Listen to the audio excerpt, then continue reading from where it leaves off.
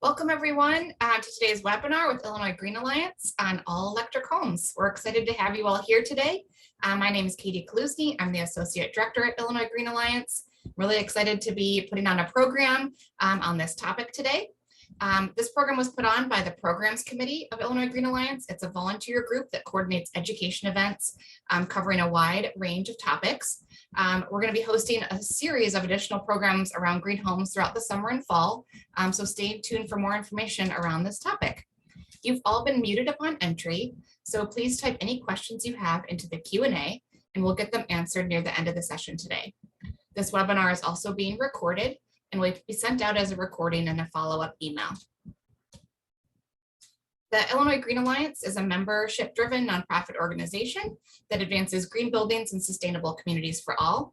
Our 5-year strategic plan pushes the green building industry to meet or get on the path to net zero, and we achieve this through educational events such as panels and building tours like today, engaging communities and partnering with organizations across Illinois, and advocating for new policies and legislation around this topic. Members and guests can view our recorded webinars in our on-demand library on our website. And you can learn more about membership, upcoming events, and get involved by visiting our new website at illinoisgreenalliance.org. I want to take a moment to recognize Illinois Green Alliance's sustaining sponsors who make our work possible. And a special thank you to our gold level sponsors, ComEd, Resource Innovations, and Sloan. Making a commitment to advancing green buildings and communities across the state, you can start a conversation about sponsorship and partnership today at illinoisgreenalliance.org/sponsorship. Today, I'd also like to give a special thank you to the ComEd Energy Efficiency Program that's supporting today's program. We have a guest from ComEd here today to talk about the all-electric new construction program. And so I'm going to introduce Sophia Soul, a researcher at Slipstream, to give us a little bit more information about the ComEd all-electric homes program. And just hold on for a second while I transition to Sophia's slides. Sophia Soul is a researcher at Slipstream and primarily works on the ComEd Electric Homes new construction offering. Going back. Sophia focuses on diversifying these types of projects and partnerships in the program and also advocating for residential electrification and deep decarbonization. Before joining Slipstream, Sophia worked at Dane County Office of Energy and Climate Change in the support of the Dane County Climate Action Plan. And I'm going to turn it over to Sophia. And Sophia, it looks like your slides might have some automated moving forward going on. So I'm going to just keep moving backwards until you're ready for me to go to the next slide. So you let me know which one you want to be on. Sounds good. Thanks, Katie. Thanks everyone for joining today's webinar for an hour to learn about all electric homes. My name is Sophia Soul, working on this ComEd Electric Homes program, which is a part of ComEd's Energy Efficiency Program. For those of you who are familiar, ComEd Energy Efficiency Program encompasses all types of offerings and opportunities for their customers, including commercial and manufacturing buildings, affordable housing, electric homes, and rebates on appliances and equipment. So Electric Homes program is one of the offerings. Yes, this slide. About this program, it was a pilot program beginning in 2020. Our program began with a dozen of high-performance electric homes in Chicago and Northern Illinois. Then geographically, it has expanded to south and north of Chicago, more so last year and this year. And it became an official program for the next few years. This year, as you can see in the map, we have 5 projects in the distressed communities with stars and more projects up north in Lone Grove, west side of Chicago in Westmount, and south side of Chicago in Morris.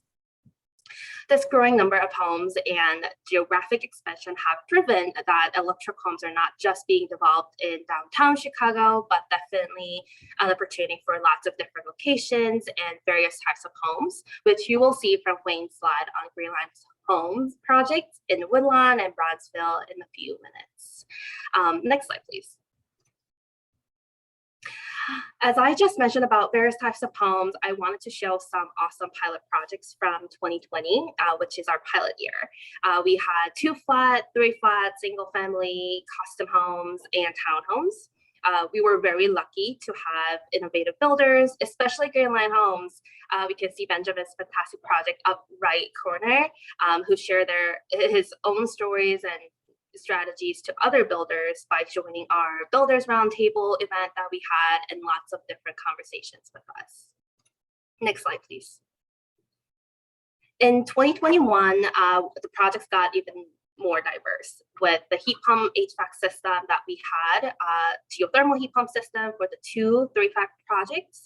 We also had lots of major renovation projects as more builders knowing the importance of tight envelope and wanted to swap out their old gas HVAC system for a heat pump HVAC. They realized how leaky their home were, their old 1900s or even 1800 homes were. One of the project's envelope air changes per hour was 10, and after the renovation, it got tightened up to 2, which is a significant change.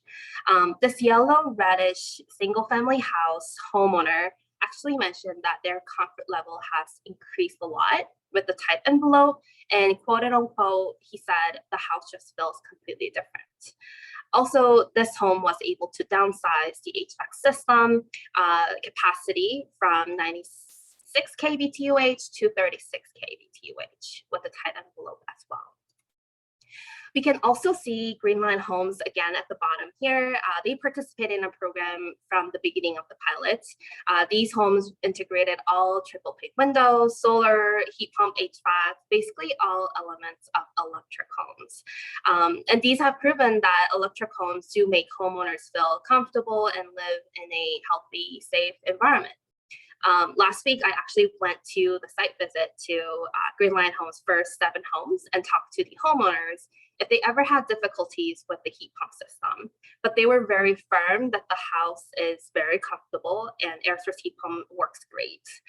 They also mentioned that they bought this home not just considering the comfort level, the quietness, or clean indoor air quality. They also considered their home value in the future as well. So lots of environmental and economic benefits there. Next slide, please. So how do we participate? We have 5 steps here. If your project's in the design phase, it is a perfect time to reach out to us and submit the application. This way, it is easy to incorporate the program requirements, which I will talk about in the next slide. While designing your home by meeting the program requirements, we also highlight to increase the resiliency of your home with solar, EV charger, and induction cooktop for the healthy and safe environment of your home. These are not required for the program, but we highly recommend them as they are the perfect combination for electric homes. If you want to see how they all look like overall, you can come to our in-person all electric homes tour happening this afternoon. Then now it comes to an important part. When the project is completed, the rater that you selected will come visit your site and do a blower door test to finalize the airtightness of your home. We'll send the program workbook to them to verify the requirements. If you're also unsure who to reach out to discuss about the airtightness, we are also happy to provide some resources, including a handful of home energy raters who know well about the program, but also they're the expert of the airtight home. We are also happy to share some HVAC manufacturers if you're curious which heat pump system would be the best suited for your unique project. After the blower door test, everything is completed and verified.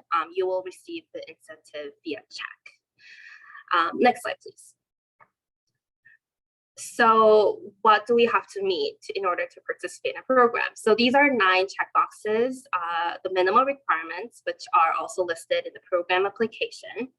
To briefly go over each item, I want to emphasize the air tightness first, which should be less than 2.0 air changes per hour with the blower door test.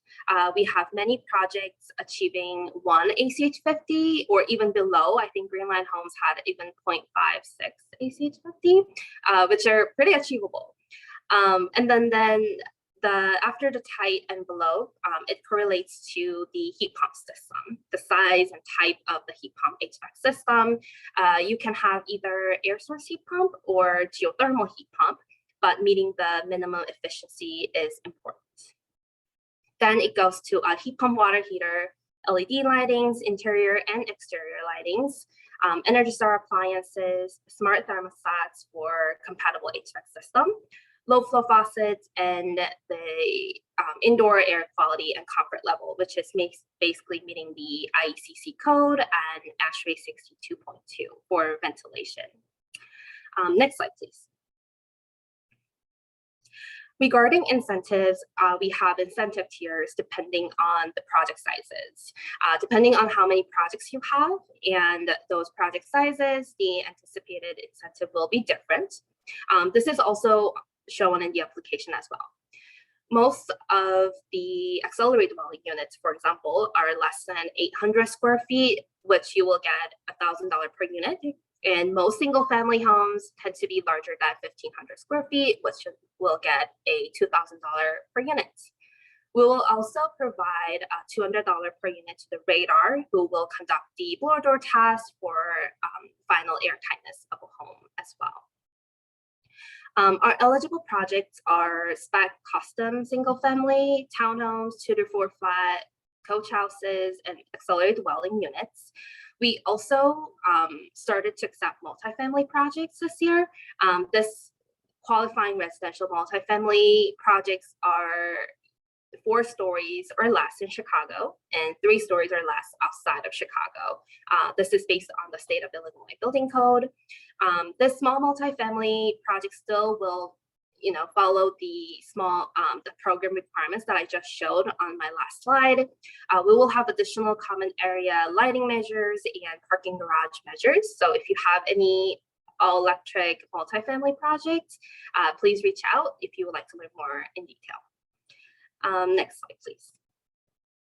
This is my last slide with the infographic showing how all electric projects will look like. Again, if you can make it to the in-person tour this afternoon, you can see a great example of all electric homes by Greenline Homes, incorporating the program requirements shown in blue, such as tight envelope, air source heat pump, and heat pump water heaters, and more, and the optional ones like solar, EV charger, and induction cooktops. I'm also happy to share any of the links regarding solar, EV, and load management resources in the chat if anyone is interested. I think that's all I've got. I will now hand it over to Katie. Thank you.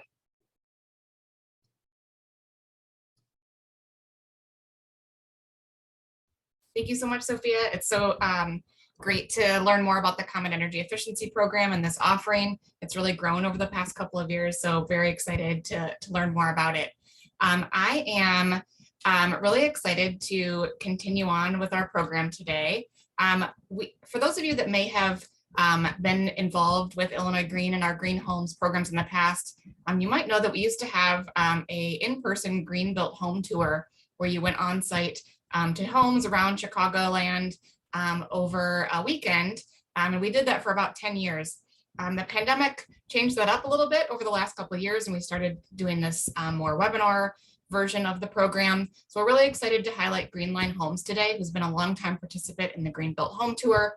And so we're doing kind of a new version of that today, where, right now, today from 11 to 12, we have a webinar where lots of people can learn more about the process and about what this particular builder and their team is working on. But then later this afternoon from 4 to 6, there's an open house for those that are local and want to come ask some more questions, look around it, like what Sophia was mentioning. It's great to actually see things and ask some questions. So thank you again to Greenline Homes for highlighting today and being available this afternoon for people to come stop by and see you a little bit more. So I'm going to introduce our next 2 speakers that are going to lead us through the next part of the program and talk about what they're working on. Just a reminder also to put your questions in the chat or the Q&A. We'll get to those at the end of the session. So first, I'm going to introduce Wayne Beals, who's also on our programs committee at Illinois Green Alliance. Wayne is a native Chicagoan and realtor with 18 years of experience. He is the managing broker of the Beals Group at Exit Strategy Realty. Wayne is the best kind of construction building science nerd and armchair real estate economist. He has been marketing and selling homes with Greenline since 2015 and has sold dozens of all electric homes. You can keep up with Wayne on Instagram at Wayne Beals. I'm sure we'll put that in the chat for you as well, so you can follow Wayne. But really excited to have Wayne here today. And then Wayne is here with Benjamin Van Horn. Benjamin founded Greenline Development, Inc. in 1999.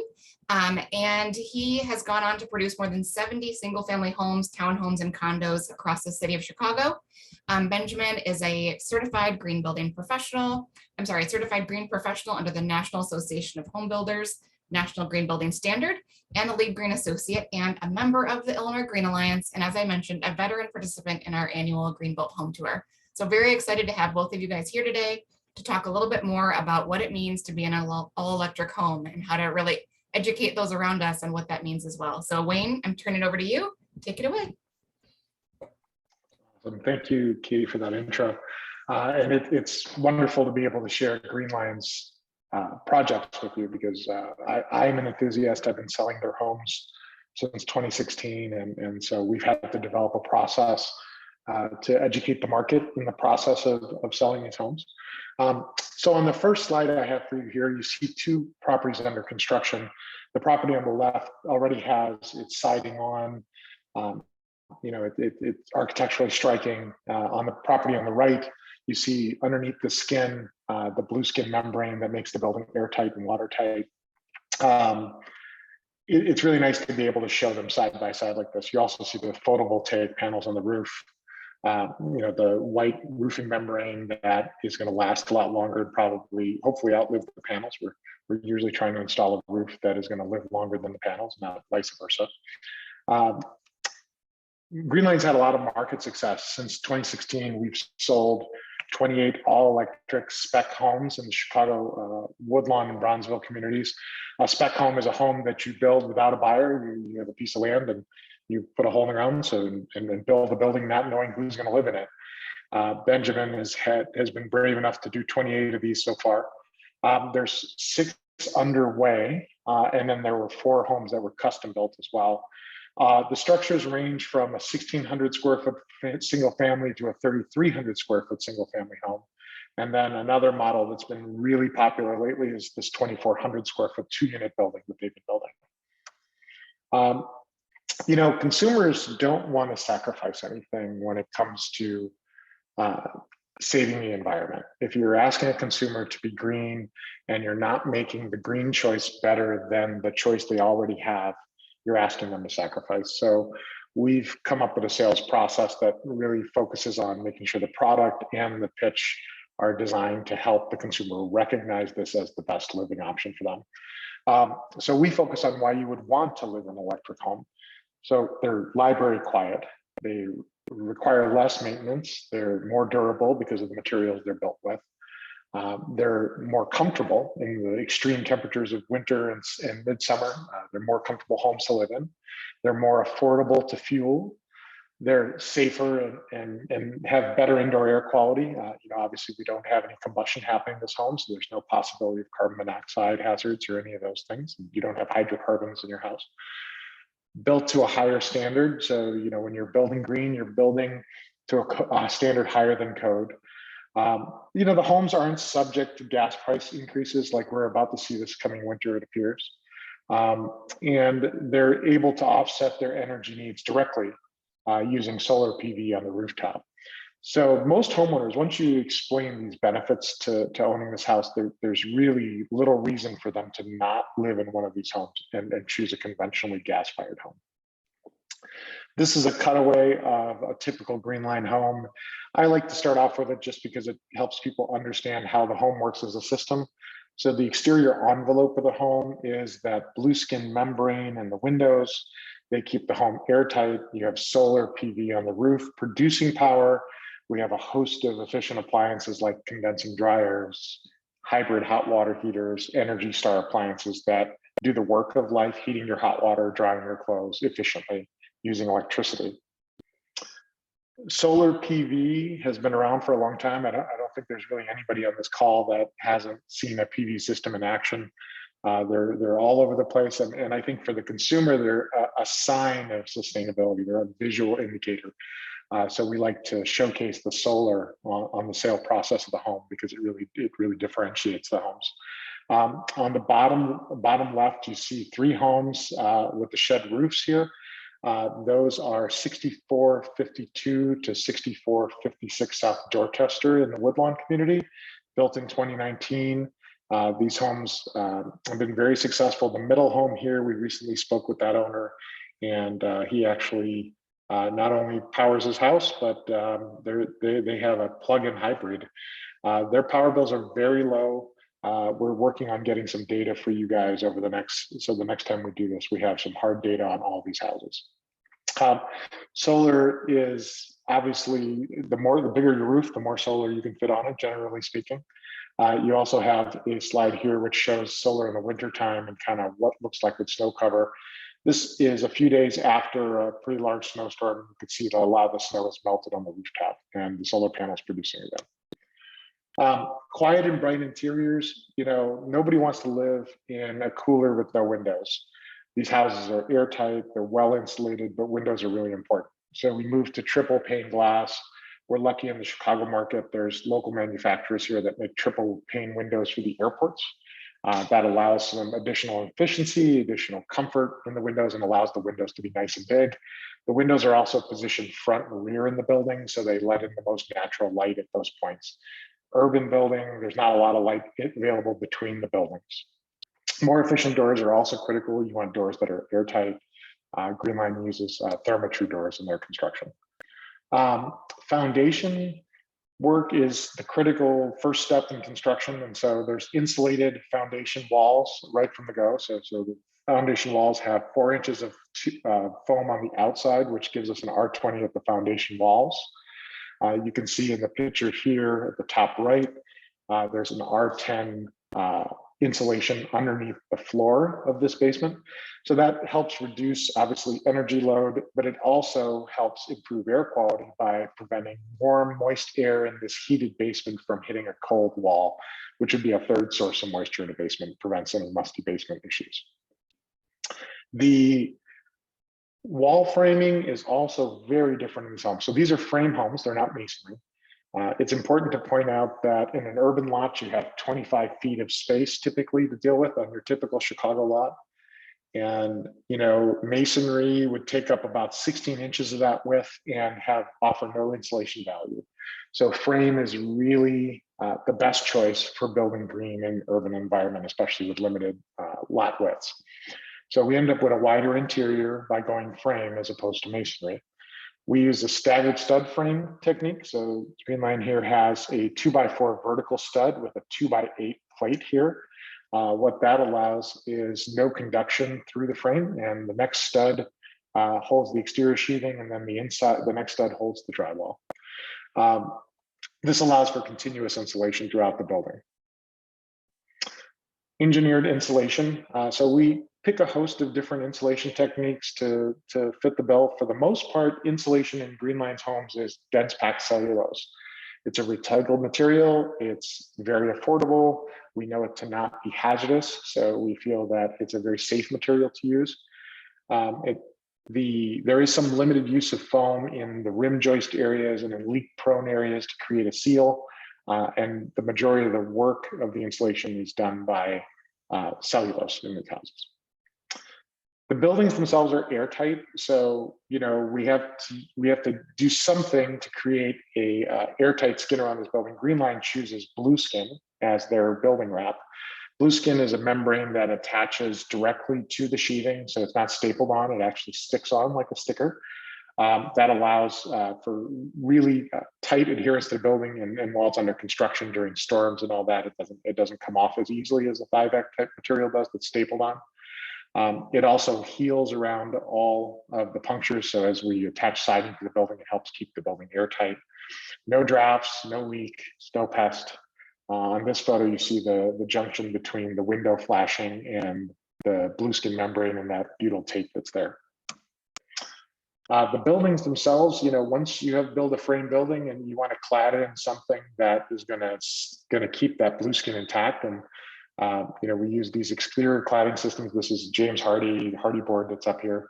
It's going to give us decades of service life, very low maintenance, and homeowners really love the fact that this is less maintenance than a masonry building. The efficiency and comfort offered by a heat pump really, once people start to understand how they work, they are much better than typical HVAC that you're going to find in houses. There's no overcycling. These systems will run at a continuous rate, just enough to keep the building at exactly the temperature you'd like it to. Because they're heat pumps, they're incredibly efficient. They're not making heat, they're just moving heat from the outside to the inside. The Mitsubishi system can harvest heat from negative 17-degree air outside. So we feel that these systems have operated very well and very reliably. During the last polar vortex, in fact, we had several houses that were heated by this system and they performed well.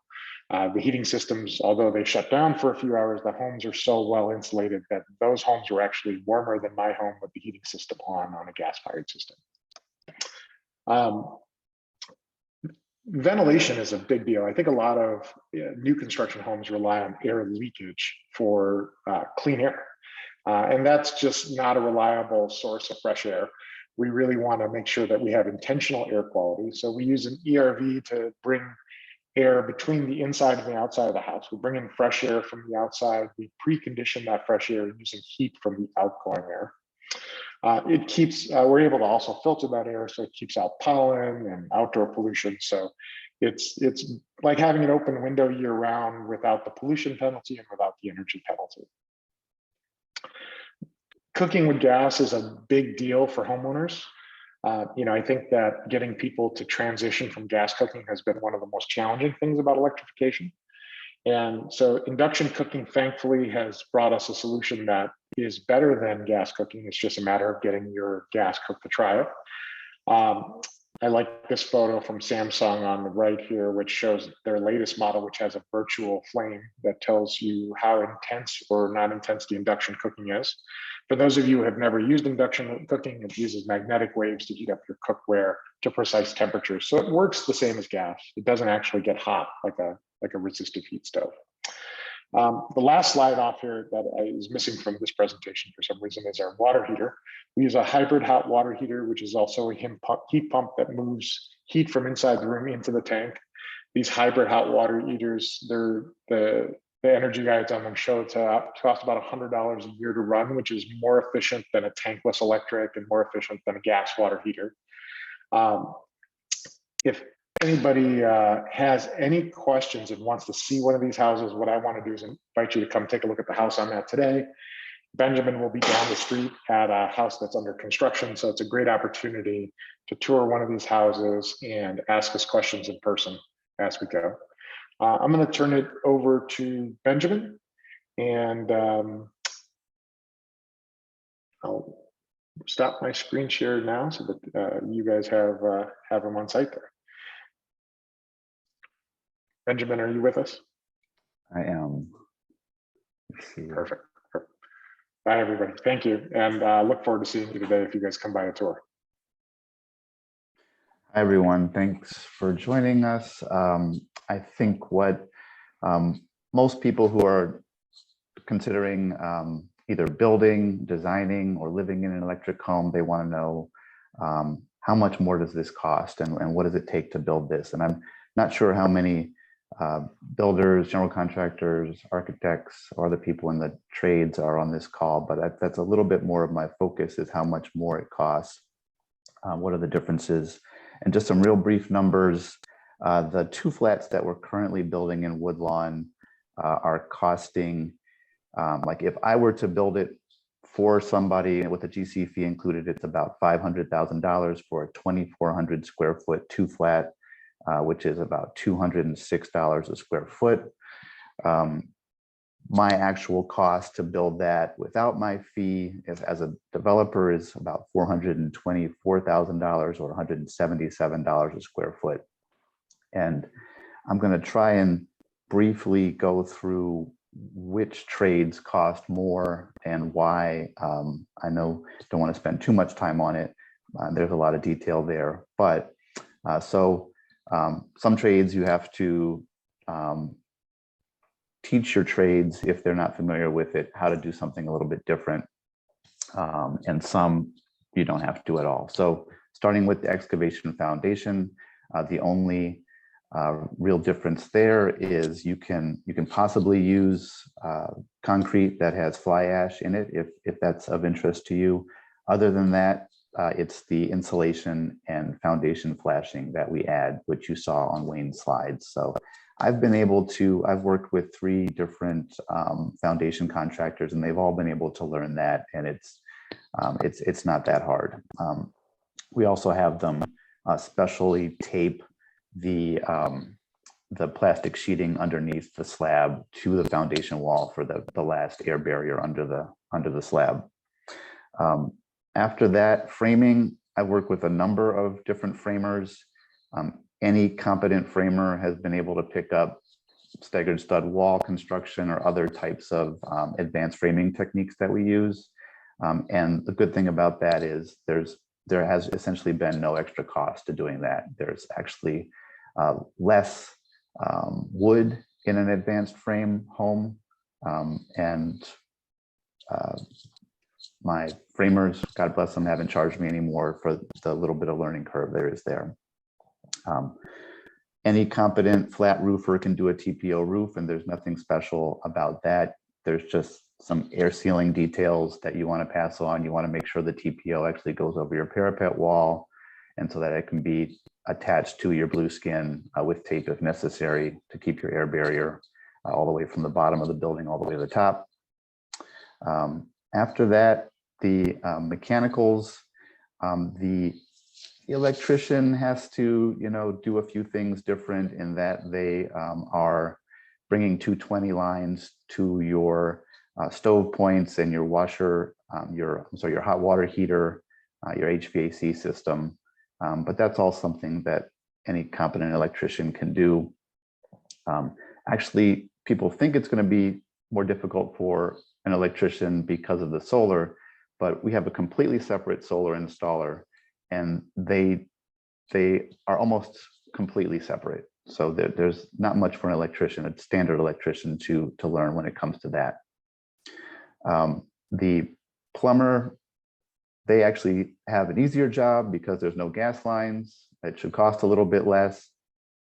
The only thing we have them do is run a radon vent to the roof, which is not required by City of Chicago code, but is in a lot of suburbs, and we should be doing that anyway.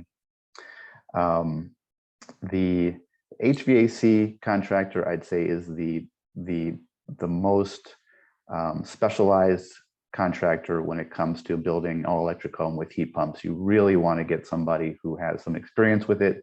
The good thing is, where there were only a handful of those maybe 10 years ago, there are a lot of people who are branching out into using heat pump systems now, so that the pool of contractors who can do this is larger now. Then insulation contractors, there are only a handful who do dense packed cellulose that is damp sprayed, which is ideal. And so they're a little bit hard to find, but they're out there.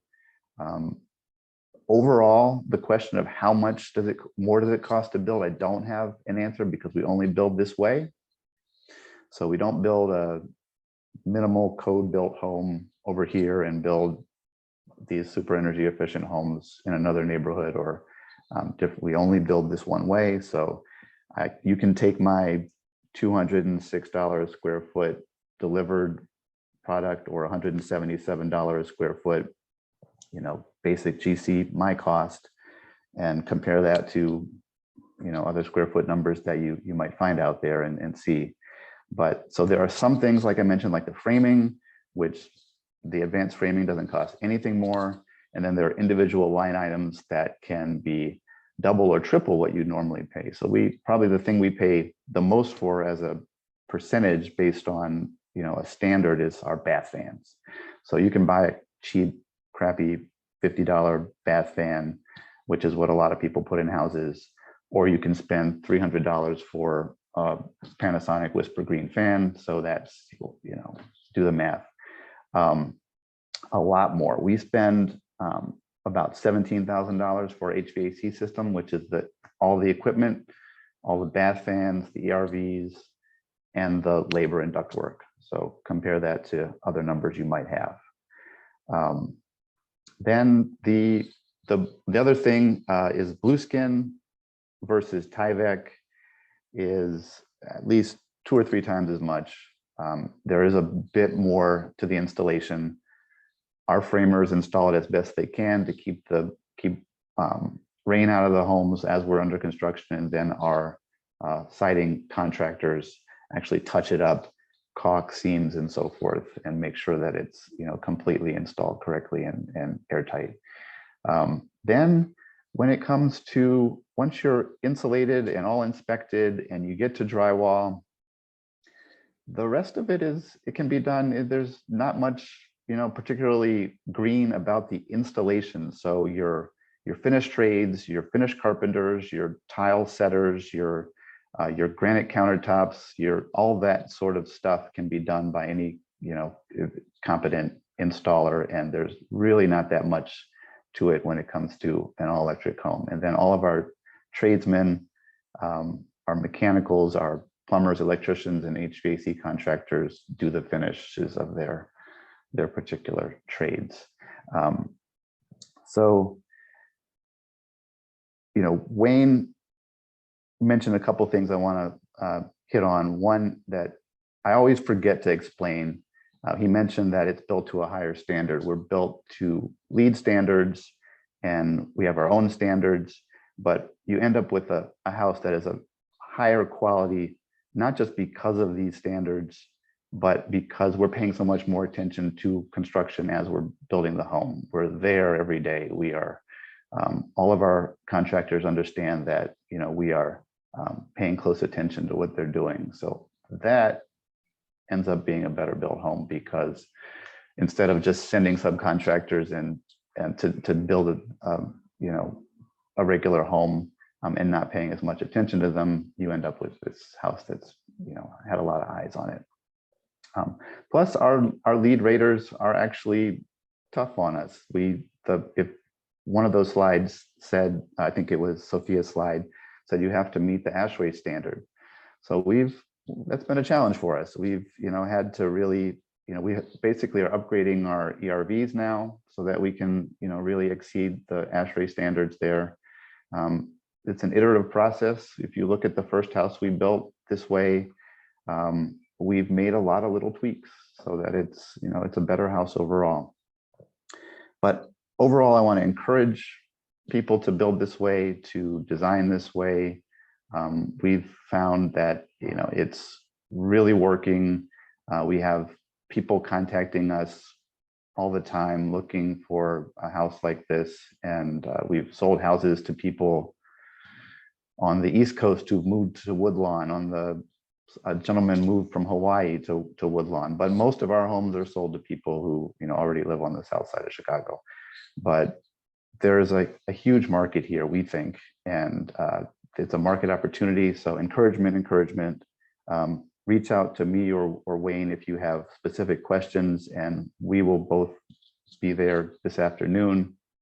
Looking at my notes to see if I have any. Just if you're interested, how do you learn more about this? The path I took is a long one. I took classes, I took lead classes, I took the classes offered through the Home Builders Association for green. There's an excellent website, greenbuildingadvisor.com is a great resource. It's worth the money. I subscribe to Fine Home Building and the Journal of Light Construction, which always has articles about green building and very encouraging to builders. Of course, the Illinois Green Alliance is an excellent source for all things green. But just want to, tell people that you don't have to be an environmentalist to want to live in one of these homes. Of course, a lot of our motivation is because of climate change, and we want to be a force for positive change in that direction.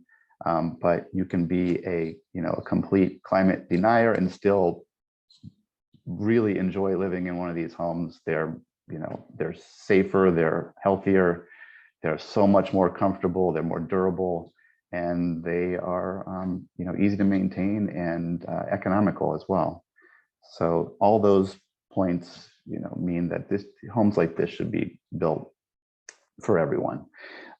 Today, welcome you to join. I will be at the south end of the block at 45th and Prairie, and Wayne will be at 4516. Please stop by with questions there.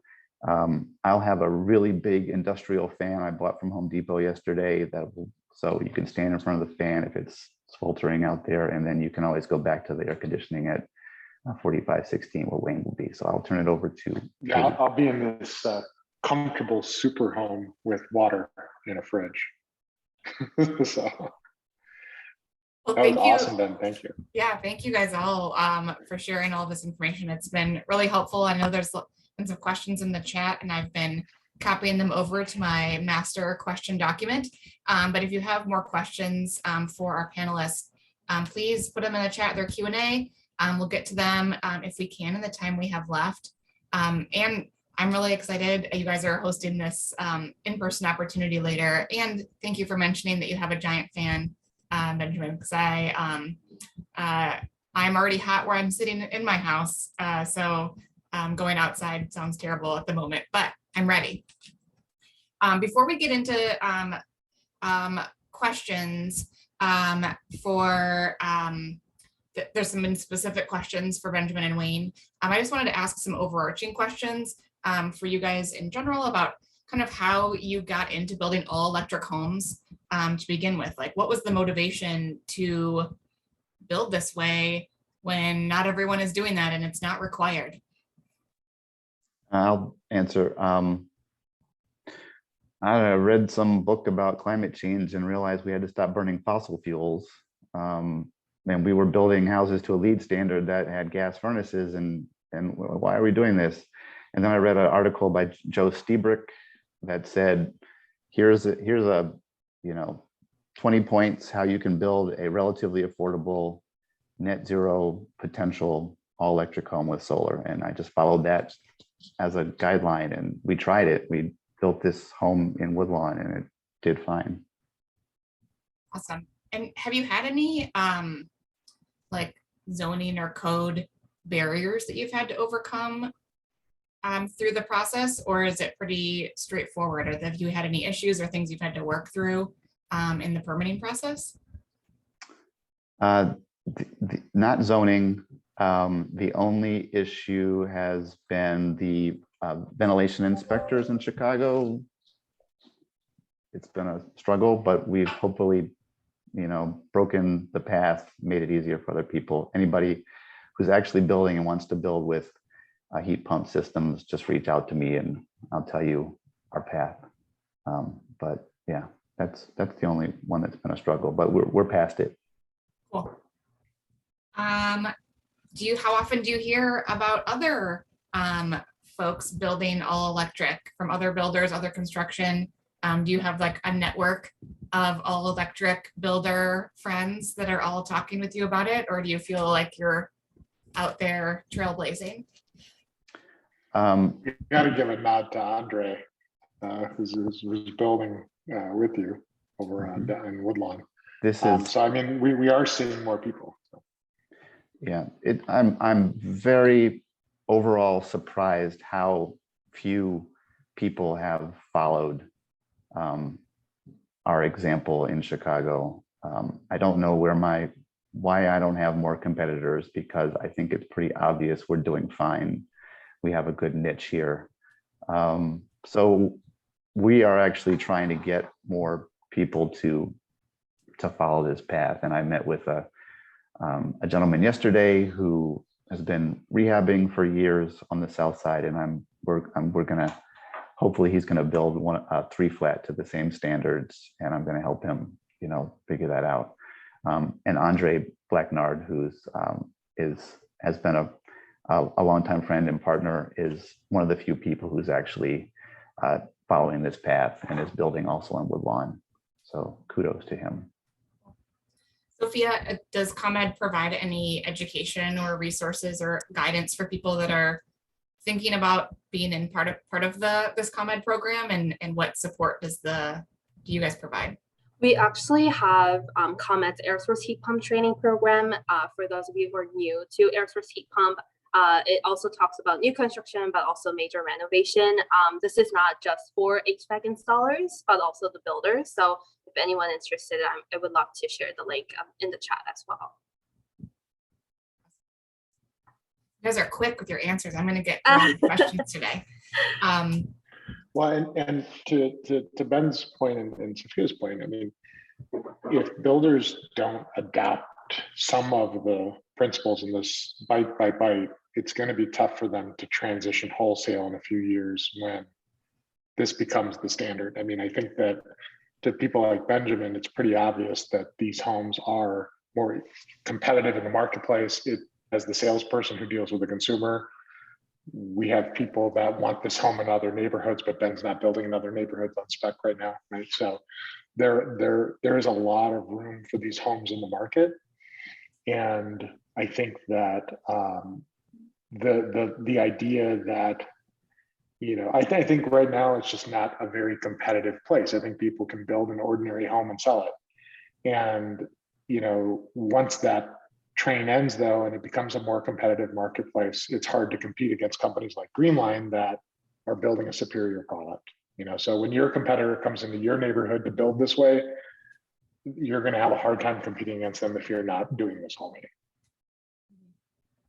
I get inquiries, you know, once a week, people who want me to build a house for them on the north side of Chicago or the suburbs somewhere. And I say, no, I'm focused and limited in my capacity. And I don't really have anybody to refer them to. So be that person. Love that. Be that person, everybody. And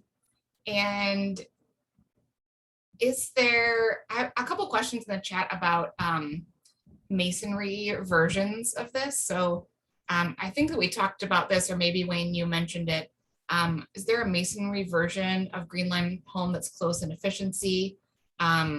If so, what's the difference in efficiency or development cost compared to a framed home? I can answer. You can take any of these homes and put a brick veneer on them. It's going to cost more and it's troublesome, but you can work around it. Look up solar vapor drive, Google that, masonry solar vapor drive, and you'll understand why we don't do it unless we are forced to. We build homes in landmark districts in Chicago where the houses have to match the existing historical homes. We've done those full masonry, and we've done those where they're basically a frame structure with a brick veneer. At 45th and Prairie, they're full masonry buildings. You can come look at those under construction right now. And we're doing that because the L tracks run through the alley, and we're following an engineer's, sound engineer's guidance on how to eliminate the sound from the homes. But it costs a lot more. Thank you. I think the thing to point out too is that by building frame, you know, again, we're unlimited. If you're in the suburbs and you have a wider footprint, right, you can waste space with masonry that's uninsulated, right, and then insulate. But if you're building in an urban setting where you have setbacks and lot widths that are narrow, it's really critical to have a frame structure because it helps you maintain a wider interior, which is something the consumer population just really wants. They don't want to give up interior space for a better insulated home. That's not a selling point. Thanks, Wayne. How are builders and HVAC installers communicating to potential home buyers about operating expenses and operational instructions for the HVAC systems they're installing now, like around heat pumps? So we do after our home buyers have moved in and lived in the home for a week or so, we schedule a home buyer orientation where we walk through, and the real focus of that is the HVAC system, because there's filters to change and order, and it's slightly different in other ways to what we're used to. That said, we've also identified a service company that will come in, and we're going to have them do this for all of our homes that we've recently sold, that they'll do a cleaning of those systems, and then they'll hopefully contract with those home buyers to come in twice a year and just check out those systems. And they are going to be the people to answer like deep questions about the system if people have those. Thank you. Let me see. Let me look at my question list over here. There doesn't seem that there's enough contractors in this area who know about heat pumps. I've heard stories of people being talked out of heat pump options by their contractors. Do you guys have any advice about finding heat pump contractors, or what the reasoning might be behind someone talking them out of it? And whoever wants to take it, Sophia, I saw you on mute quick.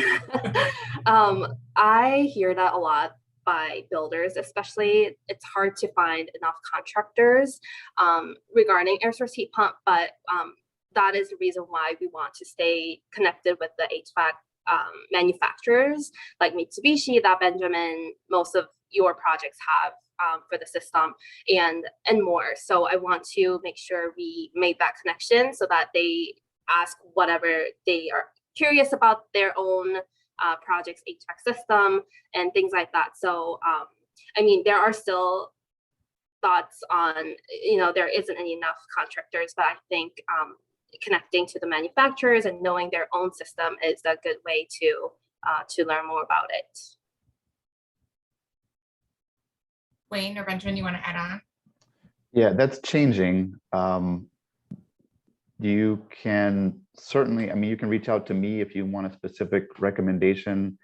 Definitely talking to like Mitsubishi, or you can even talk to the supply houses. The people go to Munch's Supply or another HVAC supply house and say, who is the contractor who is buying all your Mitsubishi stuff all the time, or another, there's other brands as well.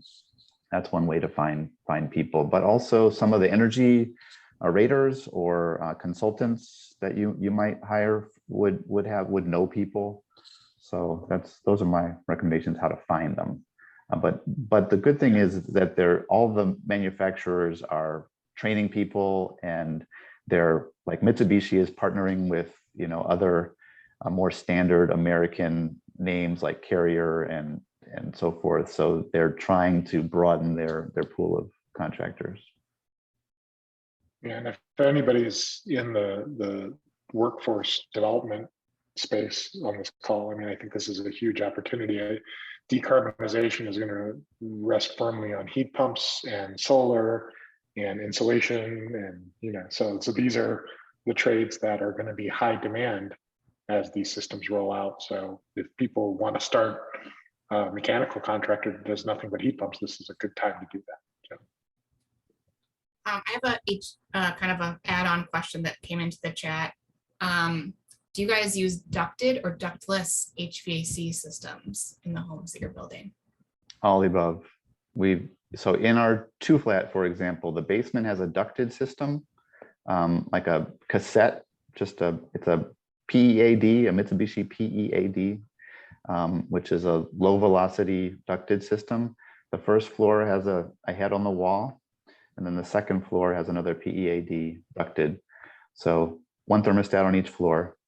And we do that because for the floors where there's multiple rooms, to get fresh air and conditioned air to each room, and then a wide open space like our first floors are, it can be handled by the much more efficient head on the wall. And then we've done bigger houses that have traditional ductwork throughout and have a I forget the specific name of it, but it looks like a regular furnace. If you can see one at 4516 South Prairie today, if you go there and see Wayne, and that's So all the above. Well, and for people that are really want to deep dive and nerd out on heat pumps more, Illinois Green hosted 2 sessions in the past year, Heat Pump Palooza, which was really exciting, and heat pumpification of buildings, also equally thrilling. And I'll be sure to include links to both of those recordings in the follow-up to this if you want to deep dive on heat pump installation a little bit more. I have some cost questions coming in. I don't know how comfortable everyone is with those, so let me know what you think. And if not, you can just say, I'll talk to that person offline later. But one question was, how do you see the cost per square foot of building an energy efficient home becoming comparable to traditional? When do you see that happening, or is it already happening in your case? I think Ben had answered previously that he doesn't really have an indicator on what a traditional home would cost to build because he's focused on building these homes. But from what I can tell, just watching Ben's competition build homes,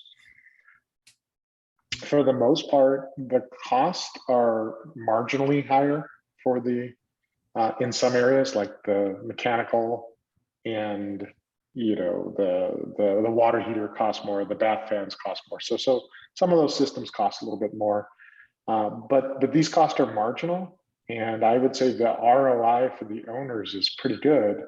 Right now, we actually get a price premium per square foot when we sell these homes. So as a developer, these homes sell for more because they provide the consumer more value. So if we're looking at cost just in a vacuum, right, they do cost a little bit more to build, but I think an argument can be made that these homes are more profitable for builders.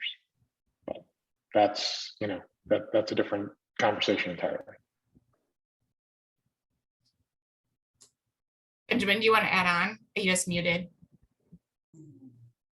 Sorry. Okay. If you apply to the ComEd all electric home, program, then you get some money. So that marginal cost goes down. Good point, especially if those Very upgrades good to point. appliances, right? And I think too, we've talked about this over the last 10 years of doing this green home tour. It really depends too on what upgrades and specialty things that people are choosing.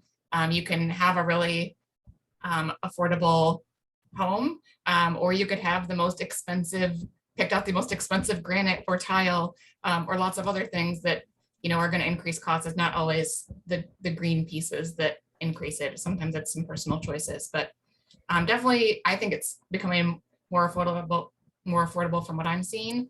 And I think it's a testament that you've been building so many of these that it must be working out for you guys. Yeah, and when the cost of ownership is less, and you can quantify that as we can, then you can afford more home to begin with. If you're going to have an energy bill that's $100 or less averaged over the year, and you're not going to have gas fluctuation prices, then you're not paying a gas bill at all, then you have more income, or you're spending less of your income. You have more of it available for a slightly larger mortgage.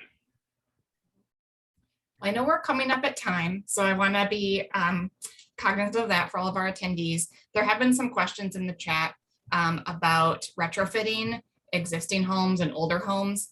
I know that's a big topic, and I know we don't have time to dig in super deep to that today. So I might provide some follow-up information in our post-webinar email for folks. I know that we're also going to address that in some future webinars, and we have in the past. So I'll try and find some resources on retrofitting homes to all electric that I can share in the follow-up email as well. But I did want to just give everyone one last chance to say one takeaway item, what people should think about leaving this webinar. So we gave them a lot of information, and then I'll follow up at the end for those that are planning to attend the tour as well. So what's your last piece of advice, Sophia? I would say electric homes are very doable with considering the air tightness of a home, and there is a benefit of downsizing the HVAC system as well. So I will leave it at that. Awesome. Wayne? I would say come visit us in Bronzeville today and take a look at what we're doing here. And you know, these are affordable markets for new construction housing. And if Greenline's able to deliver this in an affordable market, you know, there's a lot of room for electrification in the rest of the market, and there's a lot of demand out there. So people should really get started on this. Great. Benjamin? If anybody out there is in a position to build or design homes like this and you're a little bit on the fence, I'm just sending you encouragement. It's worth it. It's commit to it. We're not geniuses. This is not rocket science. Just do it. Great advice. Wayne, one last thing. How do you become the most building science, nerdy real estate person that I've ever met? I used to be a contractor. So, but you know, you can't beat them, join them. Yep. Awesome. Ben's a better builder, right? So at the end of the day, you know, I think I recognized him as a leader in the space, and as a real estate broker, I felt that this is the future of the market, and so you know, I poured a lot of energy and attention to his product, and I don't regret that at all. I think Benjamin is absolutely out in front. So, you know, if he could build 100 homes tomorrow, I'd have them all sold. Thank you guys so much. I'm gonna, just for time's sake, I will send a follow-up email with information from Wayne and Benjamin about the open house this afternoon for those that are coming, with further instructions on parking, where to go, and that you can stop at any time. You don't have to be there right at 4. In fact, don't all come right at 4, or Wayne and Benjamin might freak out. So stagger yourselves accordingly.